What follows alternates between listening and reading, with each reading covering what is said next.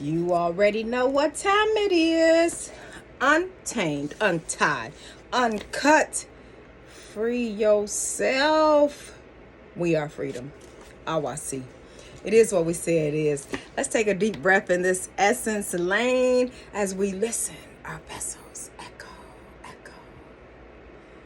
Come on, breathe. Our sound is me. Say it with me. I am necessary. Let's breathe. Me. I am necessary. Me. Oui pour moi. Yes to me is what that means in French. Yes to me. Oui pour moi. Breathe in me and release your me and say yes to yourself because you are worthy to be uncut, untied, freed. Free yourself. We're not waiting to be freed. We're not waiting on a savior. We are here to free ourselves. Okay? All right, let's go. Deep breath and oui pour moi, or yes to me in English. Me. Oui pour moi. Feel. Key one. Feel it. On my 6th day of sobriety, I went to 5th. Okay, you know what? Wait, before I do that, let's go back to where we were. Did we start in keys? Okay, wait a minute.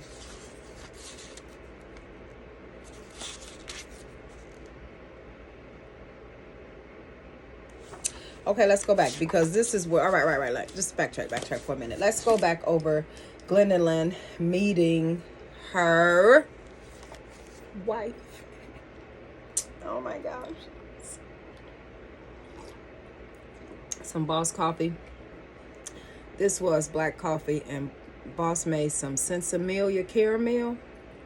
That's what I have in here to sweeten it. Sensimelia caramel, and I put a little cane sugar, but the caramel, the Sensimelia caramel is all the sweetener it needs, so it turned it this cocoa brown. Oh my goodness, this is so good. I can just feel the healing traveling through my body. All right, let's go back to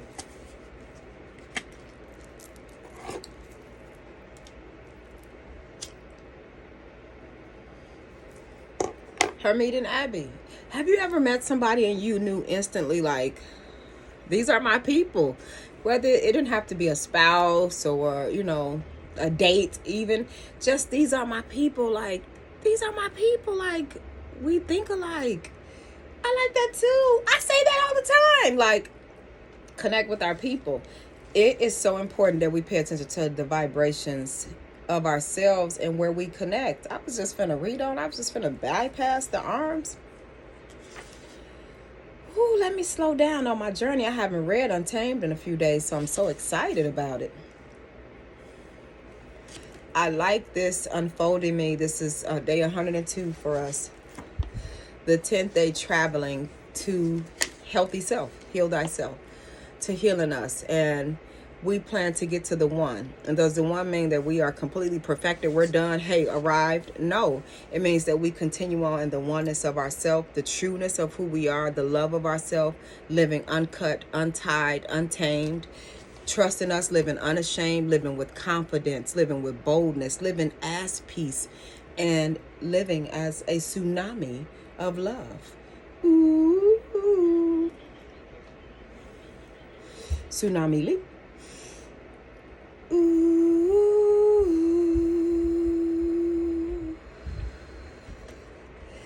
Flowing in peace. I am the remedy for me. I am love.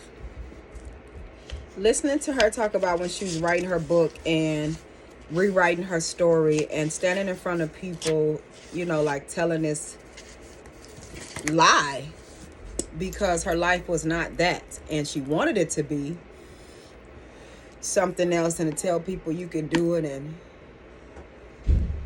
she was still learning it. And that's one thing I want to start my journey with.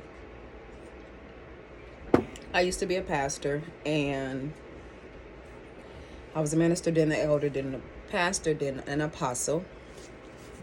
And once I went to apostleship, I really began to dig deeper because I wanted to be more than a title and less than a name. I wanted to flow in my gift, but I didn't want people to focus on, oh my gosh, she's an apostle. Oh, here she comes in all of her glory. Like, absolutely, I feel like honor is to be, when we honor ourselves, it's easy to honor another. So honor is definitely necessary. I know that to worship ourselves is great, and to the worship of another is greatness. It's an exchange. I also know to place people on these pedestals and these high places where they have no faults, you think, and they go through nothing, which is why I came away from Queen Ebony. Queen Ebony is who I am. I'm going to always be. I am royalty. I am a divine, brave majesty. I will always be Queen Ebony.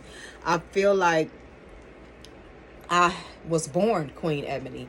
And as I traveled on a journey through the March, and, you know, the more people began to call me Queen Ebony, and the more I began to manifest who I am on this journey, I shocked myself, I feel like, in some ways. And then Queen Ebony, to some people, became this person that I had to be. And I'm like, no, that's not how I roll. You know, I roll with me. I roll with, you know, mini skirts, cleavage. I love my body. I am art. I'm an exhibitionist, so I like nude pictures. I like sexy photos. That's who I am, and I will not fit in this ladylike box of, you can't take pictures in lingerie and put them on the internet.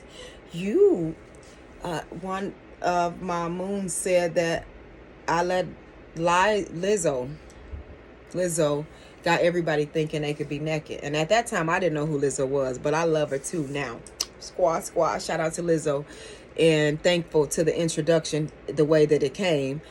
The way that it came was a jab at me, but you know, every brick that's thrown, I'm gonna take it and build me some queendoms, because I am a tsunami. You can't drown me. I will not be drowned.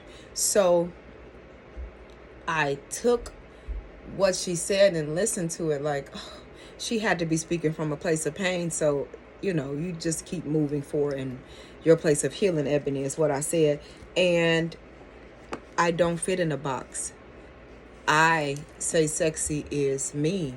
I say I am my best when I am in my nakedness, because I'm open, I'm free, I'm vulnerable. I'm not hiding anything. I'm not covering up. I'm just free to flow, ebb, leaf, flow. And I love nakedness. It was a post or a meme on Facebook that said, which one of these would be your rugs if somebody knocked at the door? And it was one that said, go away, why are you here, leave. And there's another one that said, hold on, let us get some pants in here, because listen, nakedness is woof. This is why I want my own land, so we could roam freely. You know, I want to be able to walk outside and water my plants in myself without having to grab something and put it on because somebody is sexually abusive or has been sexually abused, so they do not know that sexual touching and pleasures are for healing and not for abuse. I want to be able to be free, and I'm going to be able to live as I say, because I see, and I am art, and I love each part of me. And the things that I am not happy to be, then I do something about those things. I bring change to them if they're not bringing healing to me and the people that I'm connected to. So listening to Gwendolyn talk about her connection and how they met is so important. And this is something that she did not even want to go to. She did not want to go to. She did not want to be bothered. She did not want to live a lie. And when we do not want to live a lie and we focus on that, oftentimes we live lies. But when we do not want to live a lie and we focus on being the truth, then we live our truth, which is what Glennon came into. She came into the truth of who she is, which lets us know as moon energy, we are the truth. We unfold us. We go deep in us because we're deeply rooted in us. We are divine. We rise from the ashes. You can't burn fire. You cannot blow the wind. I know everybody's like, they're destroying the earth, but we ought to be very mindful of who she is in all of her greatness. Like, I know me, I grow me. So we are the healers of us. And I'm very thankful to Gwendolyn for releasing her truth to let us know that we a goddamn cheetah. That we do not have to stay caged. That we can come out. That we are free to be. And it's okay not to be okay as we're coming out of these cages. It's okay to do it while your heart beating fast. It's okay to heal moment by moment. It's okay to take it easy, be gentle with self. Especially when we know we have lived lies, because we could be so hard on ourselves, like, you were so stupid. Be mindful when we sit and call ourselves stupid, because we're calling forth ignorance to ourselves. I remind myself, you are so wise. You are full of wisdom. You are wisdom wrapped in truth. Ebony Lee. Tsunami Lee. Wisdom wrapped in truth. I am love. I am peace, and waves of healing is what I speak to me. I encourage me. I lift me up. I soothe me with my words. Part 2 is keys, people. Dropping keys. The small woman builds cages for everyone she knows, while the sage, who has to duck her head when the moon is low, keeps dropping keys all night long for the beautiful, rowdy prisoners. I'll read that again. Dropping keys. The small woman builds cages for everyone she knows, while the sage, who has to duck her head when the moon is low, keeps dropping keys all night long for the beautiful, rowdy prisoners. Hafiz, Hafiz. I was never completely gone. My spark was always inside me, smoldering, but I sure as hell felt gone for a long while. My childhood bulimia morphed into alcoholism and drug use.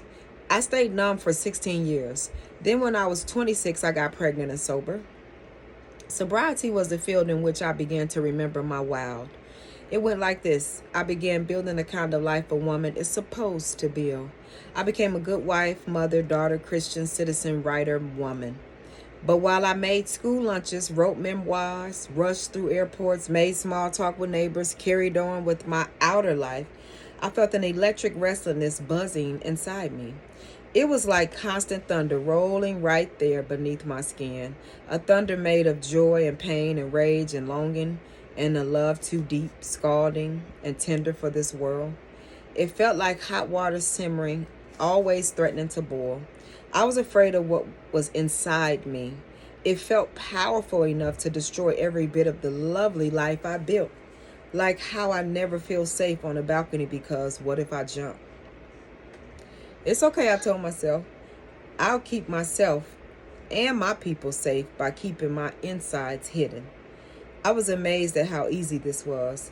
I was filled with electric thunder, simmering water, fiery red and gold, but all I had to do was smile and nod, and the world would take me for easy, breezy blue.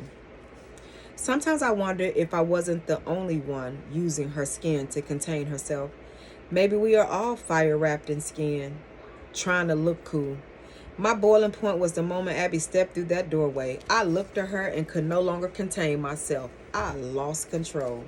Fire red and golden rolling bubbles of pain and love and longing filled me, brought me to my feet, threw my arms wide open, insisting, there she is. For a long while, I thought that what happened that day was some kind of fairy tale magic. I thought the words, there she is, came to me from on high. Now I know that there she is came from within. That wild rowdiness that has simmered for so long and then turned itself into words and lifted me was me. The voice I finally heard that day was my own. The girl I locked away at 10 years old. The girl I was before the world told me who to be. And she said, here I am. I'm taking over now. When I was a child, I felt what I needed to feel and followed my gut, and I planned only from my imagination. I was wild until I was tamed by shame, until I started hiding and numbing my feelings for fear of being too much, until I started deferring to others' advice instead of trusting my own intuition, until I became convinced that my imagination was ridiculous and my desires were selfish, until I surrendered myself to the cages of others' expectations, cultural mandates, institutional allegiances, until I buried who I was in order to become what I should be.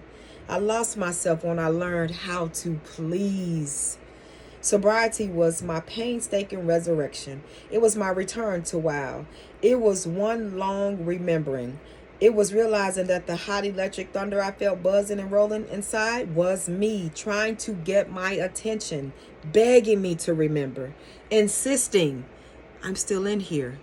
So I finally unlocked and unleashed her.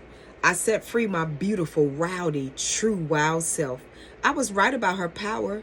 It was too big for the life I was living. So I systematically dismantled every piece of it. Then I built a life of my own. I did it by resurrecting the very parts of myself I was trained to mistrust, hide, abandon in order to keep others comfortable.